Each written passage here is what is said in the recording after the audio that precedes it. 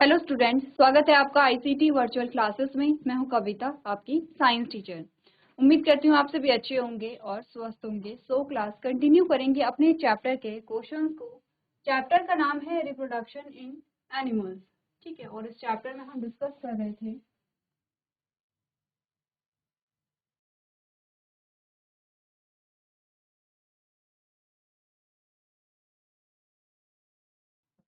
Questions को। ठीक है,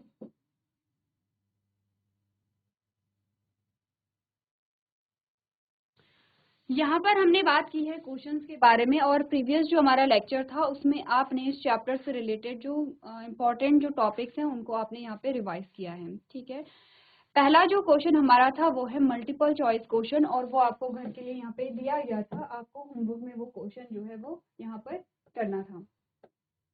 देख लेते हैं क्वेश्चंस कौन सा हमारे पास आया था। मल्टीपल चॉइस क्वेश्चन यानी कि बहुविकल्पी प्रश्न है, जिसमें स्टेटमेंट जो आपसे कहते हैं the number of eggs produced in internal fertilisation is. आपने कहा अगर हम यहाँ पर लिखें कि आपको स्टेटमेंट क्या बताती है,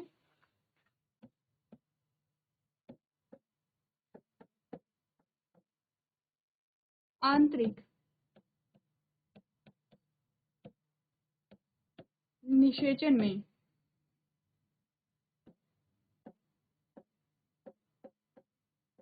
उत्पादित अंडों की संख्या होती है, कितनी होती है ये आपको बताना है। ठीक है, स्टेटमेंट पढ़ लीजिए, स्टेटमेंट जल्दी से नोट कर लीजिए, क्योंकि हो सकता है हम ये क्या करें, इरेज कर दें, क्योंकि हमें क्या चाहिए होगा, स्पेस चाहिए होगा। तो आगे बढ़े। आंतरिक निषेचन में उत्पादित अंडों की संख्या कितनी होती है ये आपसे पूछा गया है। पहला स्टेटमेंट कहता है मोर देन एक्सटर्नल फर्टिलाइजेशन, दूसरा कहता है लेस देन एक्सटर्नल फर्टिलाइजेशन, तीसरा कहता है मोर और less than external fertilisation depending on the environmental condition, and last कहता है यहाँ पर इक्वल टू एक्सटर्नल फर्टिलाइजेशन। तो मैं सबको यहाँ पे क्या कर देती हूँ, ट्रांसलेट कर देती हूँ, ये मैं इरेज कर रही हूँ। ठीक है, ये मैं इरेज कर रही हूँ, ये आप लोगों ने नोट कर लिया होगा।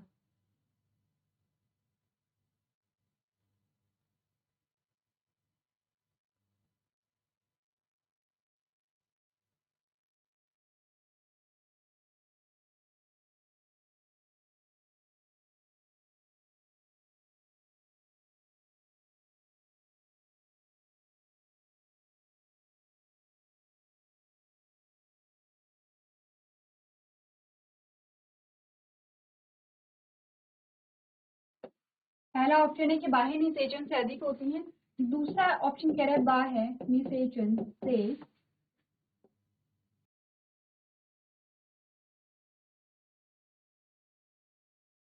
कम होती है। ठीक है, तीसरा ऑप्शन कह रहा है मोर और लेस, यानी कि बाह्य निषेचन से अंडों की संख्या, बाह्य निषेचन की तुलना में अंडों की संख्या कम या ज्यादा किस पे निर्भर करती है, वातावरणीय परिस्थिति पर।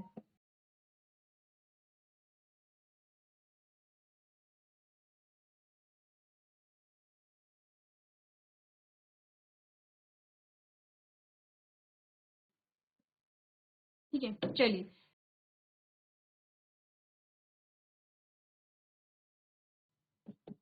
इस क्वेश्चन का आंसर करने से पहले आपको समझना पड़ेगा निषेचन, और आपको समझना पड़ेगा यहाँ पर आंतरिक और बाह्य निषेचन। ठीक है, यहाँ पर अगर हम पढ़ें फर्टिलाइजेशन,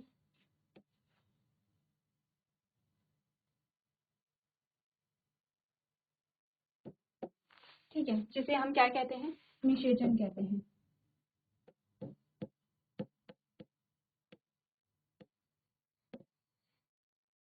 जिसे हम क्या कहेंगे, निषेचन कहेंगे। क्या होता है निषेचन या फर्टिलाइजेशन? हमने कहा फ्यूजन ऑफ गैमीट। गैमीट के फ्यूजन को हम क्या कहते हैं, यहाँ पर निषेचन कहते हैं। ठीक है, अब गैमीट में कौन कौन से गैमीट होंगे? हमने कहा दोनों गैमीट का फ्यूजन होगा, मेल गैमीट का भी और फीमेल गैमीट का भी। ये तो सिंपली क्या है, निषेचन है। आपने कहा नर और मादा युग्मक के संलयन को हम क्या कहते हैं, आपने क्या बोला, युग्मकों का संलयन।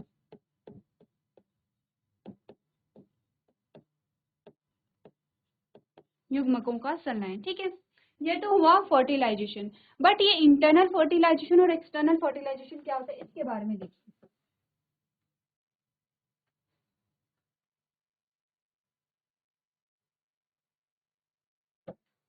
ध्यान रखिए, हमने बोला एक आता है हमारे पास इंटरनल फर्टिलाइजेशन और एक आता है एक्सटर्नल फर्टिलाइजेशन।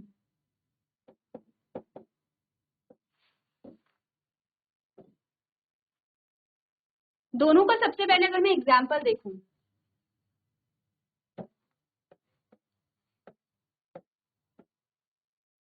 दोनों का सबसे पहले मैं एग्जाम्पल देखूं तो हमारे पास जो एग्जाम्पल आते हैं यहाँ पे हम बात करेंगे ह्यूमन की, और यहाँ पे जो हमारा एग्जाम्पल आता है हम बात करेंगे फ्रॉग के बारे में। सबसे पहले ह्यूमंस को देखें।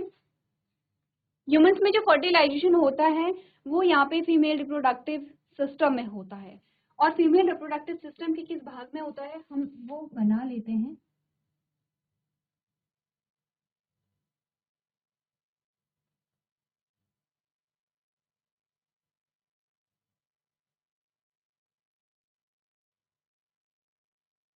क्या कहते हैं इस भाग को?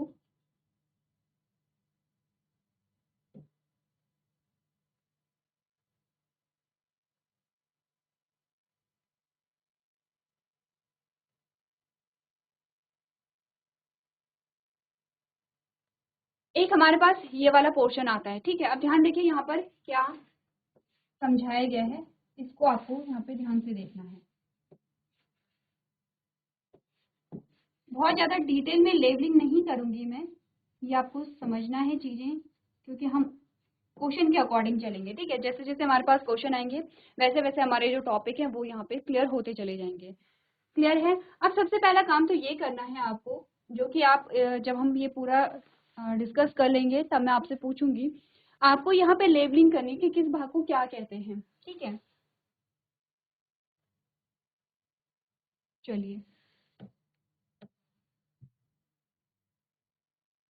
बेसिकली हम समझ रहे हैं कि इंटरनल और एक्सटर्नल फर्टिलाइजेशन क्या है।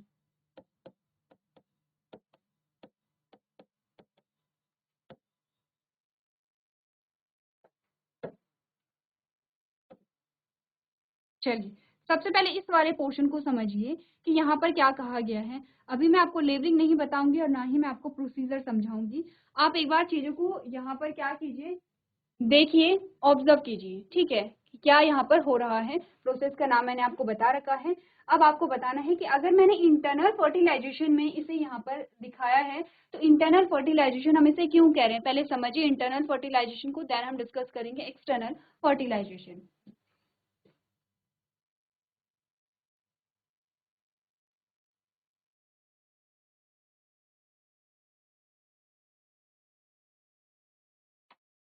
चलिए, अब बात करते हैं यहाँ पर एक्सटर्नल फर्टिलाइजेशन की। आपने इन चीजों को समझा होगा, हम बात करेंगे यहाँ पर एक्सटर्नल फर्टिलाइजेशन में।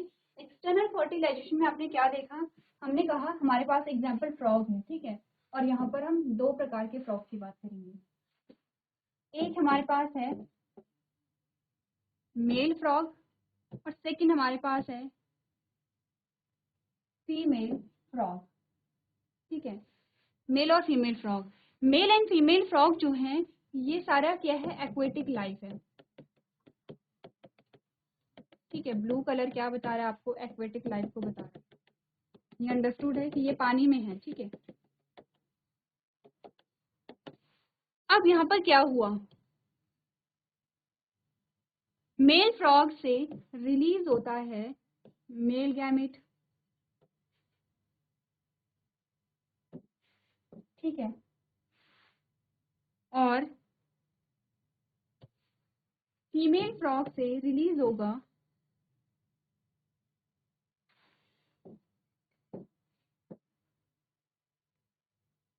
Female gamete. ये चीजें कहाँ पर हो रही हैं, ये चीजें हो रही हैं पानी में। ठीक है,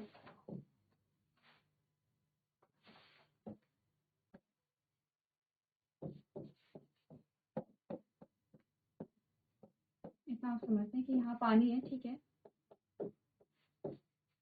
चलिए, यहाँ पर आपको कहीं कहीं पूरा एक्वेटिक लाइफ है, तो ये आपको बता रखा है।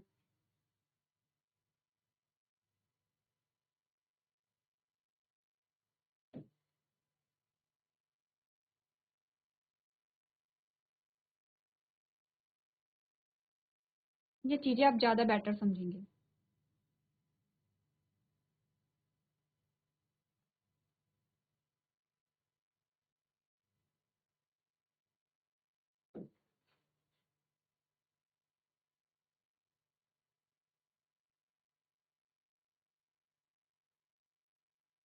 ये पूरा क्या है, पानी है, और जो फ्रॉग है वो पानी में है। अब दोनों फ्रॉग पानी में है, इन्होंने क्या किया, इनसे जो गैमीट है वो रिलीज होता है, ठीक है। दो गैमीट यहाँ पर बने हैं, male gamete and female gamete, यहाँ पर इनका फॉर्मेशन हुआ है। अब ये जो मेल गैमीट है और ये जो फीमेल गैमीट है, इनका फ्यूजन होगा, और इस प्रोसेस को हम कहेंगे फर्टिलाइजेशन, ठीक है। इस बात से आप क्या समझे, सबसे पहले तो ये बताइए, यहाँ पे सब क्लियर है, ठीक है। सबसे पहले इधर की बातें हम करते हैं। ये आपका फीमेल रिप्रोडक्टिव सिस्टम है, ये आपका यूट्रस वाला पोर्शन है, और ये पूरा जो पोर्शन आपको दिखा रखा है, ये फैलोपियन ट्यूब, या जिसे हम ओविडक्ट भी कहते हैं, ओविडक्ट वाला पोर्शन है। मैं आपको बार बार बताती हूँ, फैलोपियन ट्यूब के 3 पार्ट होते हैं, जिसे हम इनफंडिबुलम कहते हैं, ये वाला भाग इनफंडिबुलम है। इन्हें हम क्या कहते हैं, फिमरी कहते हैं, जो इनफंडिबुलम पे लगी हुई है। A4 एम्प्यूला, I4 इस्थमस, ठीक है। अब ये जो मेल गैमीट है, यहाँ पर मेल गैमीट जो आया है, इसका जो फॉर्मेशन है ये मेल में हुआ है, ठीक है। इसका फॉर्मेशन कहाँ हुआ है, मेल में हुआ है। ये क्या है हमारे पास, ओवरी, ये क्या है, ओवरी।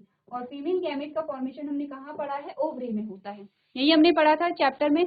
तो यहाँ पर फीमेल गैमेट भी कहाँ पर आती है, एम्प्यूला में आएगी। मेल गैमेट भी कहाँ पर आता है, एम्प्यूला में आता है, ठीक है। मेल गैमेट का फॉर्मेशन मेल में होगा, फीमेल का फीमेल में होता है। लेकिन यहाँ पर दोनों गैमेट का जब संलयन हुआ तो हमने इसे फर्टिलाइजेशन कहा। अब ये जो फर्टिलाइजेशन हो रहा है, ये कहाँ पर हुआ, आपने कहा फीमेल रिप्रोडक्टिव सिस्टम में। फीमेल रिप्रोडक्टिव सिस्टम कहाँ पे होगा, आपने कहा फीमेल की बॉडी के अंदर होगा, ठीक है। तो हम कह सकते हैं कि यहाँ पर जो इंटरनल फर्टिलाइजेशन है, जिसे आप क्या कह रहे हैं, आंतरिक निषेचन भी कह रहे हैं,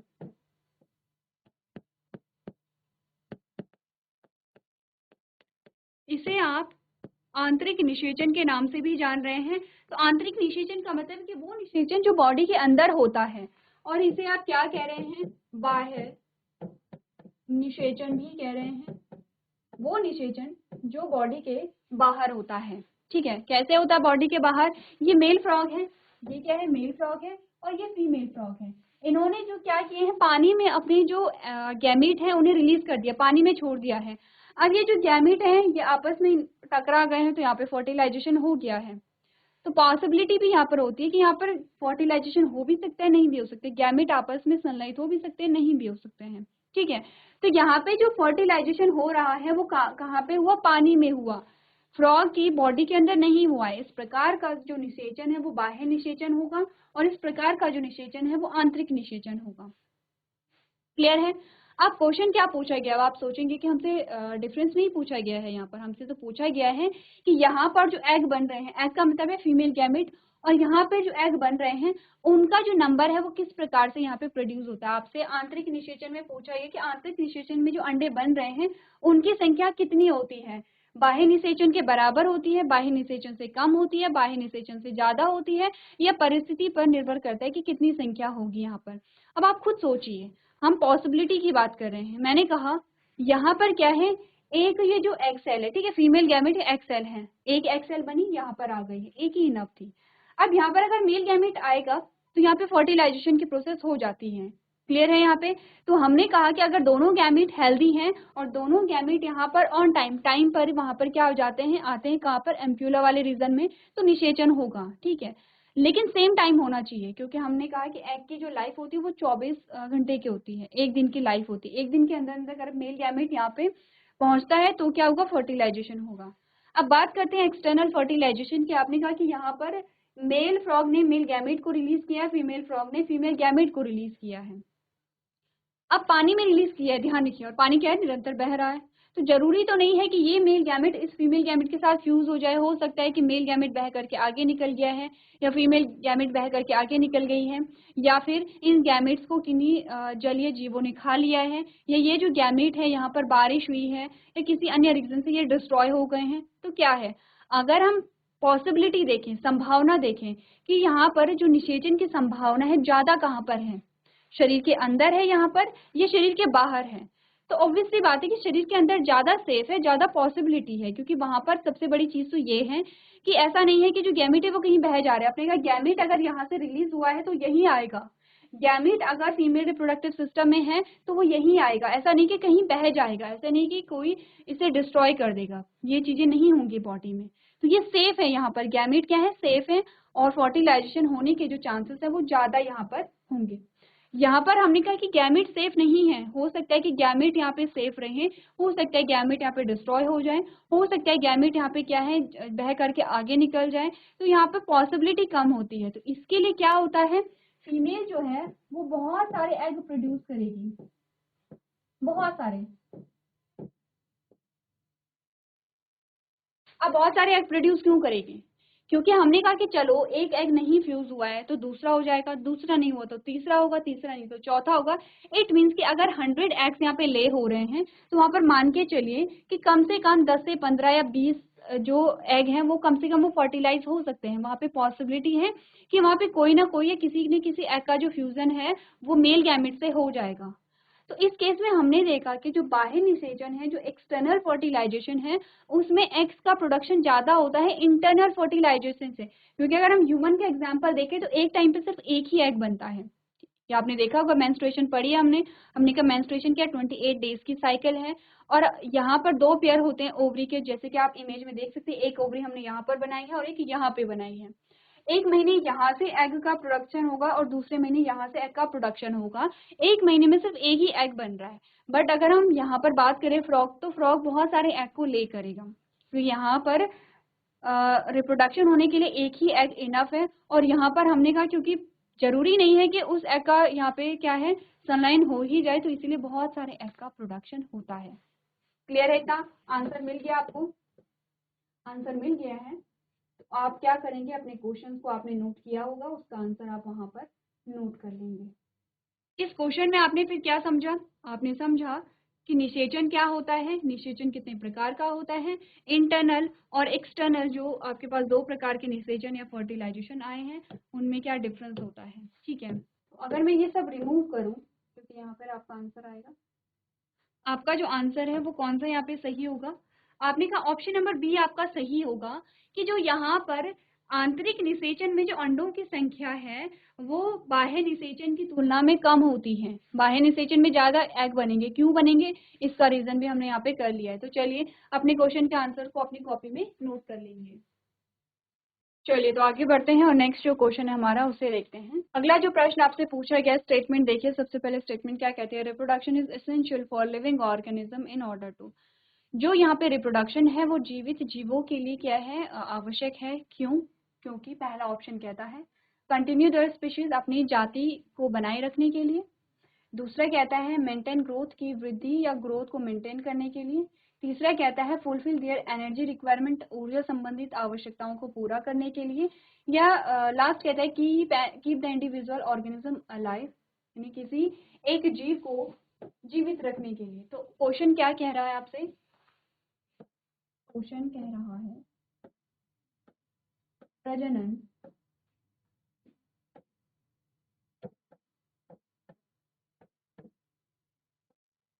जीवित जीवों के लिए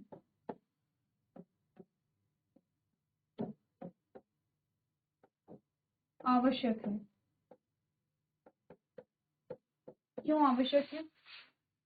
तो पहला ऑप्शन यहाँ पर हम देखते हैं कंटिन्यू, स्पीशीज को कंटिन्यू करने के लिए, ग्रोथ मेंटेन करने के लिए, fulfil their energy requirement, and last है keep the individual organism alive. सबसे पहले इस क्वेश्चन को देखिए, ये कहता है कि किसी भी एक जीव को, किसी एक ऑर्गेनिज्म को जीवित रखने के लिए रिप्रोडक्शन आवश्यक है। तो हमने कहा क्या किसी एक जीव को जीवित रखने के लिए सारे लोग में जो है रिप्रोडक्शन के प्रोसेस पाई जाती हैं? नहीं, ऐसा तो नहीं होता है। ठीक है, क्योंकि अगर उस ऑर्गेनिज्म को जीवित रखने के लिए रिप्रोडक्शन होता तो सिर्फ उसी ऑर्गेनिज्म में रिप्रोडक्शन की प्रोसेस पाई जाती, पर यहाँ पर तो जीव जंतु पशु पक्षी सभी क्या कर रहे हैं, रिप्रोडक्शन की प्रोसेस को यहाँ पे परफॉर्म करते हैं। सेकंड कह रहा है कि एनर्जी रिक्वायरमेंट ऊर्जा संबंधित आवश्यकताओं को पूरा करने के लिए, जबकि हमने कहा कि प्रजनन के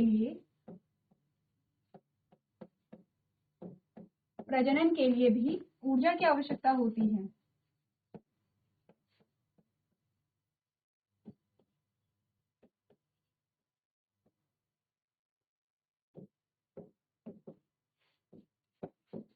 तो हमने कहा कि क्योंकि प्रजनन के लिए भी ऊर्जा चाहिए, तो ऐसा तो नहीं होगा कि प्रजनन क्या जो है वो ऊर्जा संबंधित आवश्यकताओं को पूरा करने के लिए हो रही है। प्रजनन एक प्रक्रिया है जिसके लिए हमें ऊर्जा चाहिए। अब ऊर्जा की जो आवश्यकता है वो कौन सी प्रक्रिया पूरा कर रही है, पोषण। पोषण के द्वारा आपको क्या मिलती है, ऊर्जा मिलती है। पोषण आपको कहाँ से मिलता है, अपने का भोजन से आपको क्या मिलेगा, पोषण मिलेगा। क्योंकि भोजन से पोषण कैसे मिलेगा, क्योंकि भोजन में क्या होते हैं, पोषक तत्व होते हैं। ठीक है, तो हमने कहा कि जो पोषक तत्व भोजन में पोषक तत्व है उनसे आपको पोषण मिलेगा, और इसी पोषण से आपकी जो ऊर्जा की आवश्यकता है वो यहाँ पर पूरी होती है। वो यहाँ पे ऊर्जा की जो आवश्यकता है आपकी वो क्या होती है, पूरी होती है। तो ऐसा तो नहीं होगा कि ऊर्जा की आवश्यकता करने कि ऊर्जा संबंधित आवश्यकताओं को पूरा करने के लिए यहाँ पे प्रजनन की आवश्यकता पड़ेगी, हमें ग्रोथ को मेंटेन करने के लिए। हमने कहा जब प्रजनन होता है तो वहां पर भी एक प्रकार की ग्रोथ हो रही है। ऐसा नहीं है कि प्रजनन के बाद, ठीक है, प्रजनन की प्रक्रिया हो जाती है। प्रजनन की प्रक्रिया कहाँ से स्टार्ट होती है, गैमीट के फॉर्मेशन से जब पार्चुलेशन तक, जब एक न्यू बॉर्न एक यंग वंस का आप क्या देखते हैं, बर्थ को देखते हैं, पार्चुलेशन हो जाते हैं, तो तब तक की पूरी प्रोसेस जो है वो रिप्रोडक्शन में आती है। ठीक है, अब क्या उसके बाद जो न्यू बॉर्न है उसका डेवलपमेंट नहीं होता, उसकी ग्रोथ नहीं होती है, होती है। ठीक है, तो ऐसा तो नहीं होगा कि जो प्रजनन है वो क्या करेगा, ग्रोथ को मेंटेन करेगा। पहला ऑप्शन है हमारा कि स्पीशीज को कंटिन्यू करने के लिए, जो यहाँ पे स्पीशीज होती हैं, जो यहाँ पे प्रजातियां होती हैं, उनको बनाए रखने के लिए, उनका अस्तित्व बनाए रखने के लिए। अब यहाँ पे सिर्फ एक स्पीशीज की बात नहीं हुई है, जितनी भी स्पीशीज पाई जाती है, जितनी भी जातियां पाई जाती हैं यहाँ पर अर्थ में, जितनी भी जातियां एग्जिस्ट करती हैं, चाहे वो प्लांट्स हैं, एनिमल्स हैं, माइक्रो ऑर्गेनिज्म है, सभी क्या करते हैं, अपना अस्तित्व बनाए रखने के लिए प्रजनन की प्रक्रिया को करते हैं। तो हमने कहा ऑप्शन नंबर ए जो हमारा है वो क्या होगा, करेक्ट आंसर होगा। चलिए, अपने आंसर को आप लोग अपनी कॉपी में नोट करेंगे। आगे बढ़ते हैं, चलिए अपना क्वेश्चन आप लोग नोट कर लेंगे। आगे बढ़ते हैं, क्वेश्चन नंबर थर्ड हमारे पास जो स्टेटमेंट आती है, how many parents are involve in sexual reproduction, कि लैंगिक जनन में कितने जनकों की आवश्यकता होती है। ऑप्शन आपके पास है यहाँ पर, एक 0 कि किसी भी जनक की आवश्यकता नहीं है, दूसरा कह रहा है 4 जनकों की आवश्यकता है, तीसरा कह रहा है 2 जनकों की आवश्यकता है, लास्ट कह रहा है कि सिर्फ एक ही जनक की आवश्यकता होती है। तो क्या बोला गया है,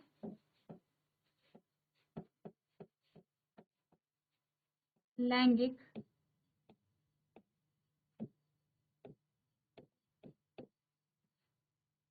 लैंगिक जनन में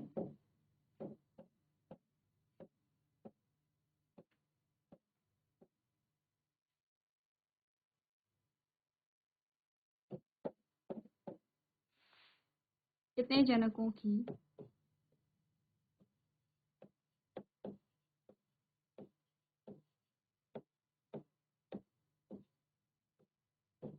आवश्यकता होती है।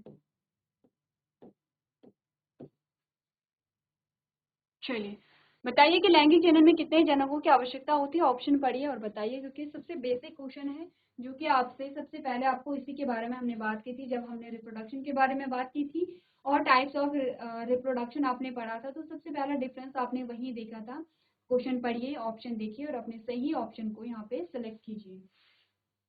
चलिए, तो आपने अगर यहाँ पे आंसर देखा होगा तो आपका जो ऑप्शन नंबर सी है वो आपका करेक्ट आंसर है। ठीक है, हम सीधे आंसर की बात करते हैं। ऑप्शन नंबर सी जो है वो आपका करेक्ट आंसर होगा। अब आपके क्वेश्चन ये है कि ऑप्शन नंबर सी आपका करेक्ट आंसर क्यों है। हमने कहा कि यहाँ पे लैंगिक जनन में 2 जनकों की आवश्यकता होती है, क्यों होती है, इसका आंसर आपको तब मिलेगा जब आप देखेंगे डिफरेंस बिटवीन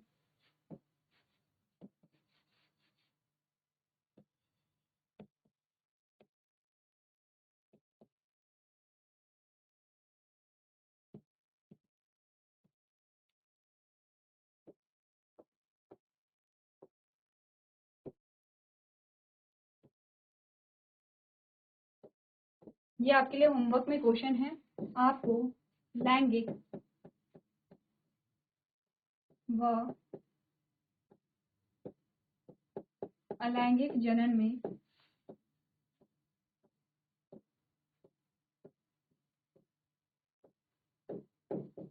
अंतर को करके लेके आना है। ठीक है,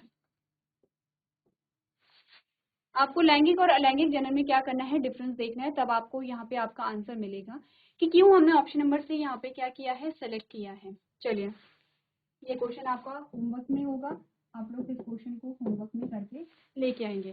तो आज कुछ क्वेश्चंस को हमने यहाँ पे डिस्कस किया है। जिन क्वेश्चंस को हमने डिस्कस किया है उन टॉपिक्स को आप लोग घर से अच्छे से करके लेके आएंगे। तो आज के सेशन में हम इतना ही करेंगे। अभी तक क्लास में बने रहने के लिए आपका धन्यवाद।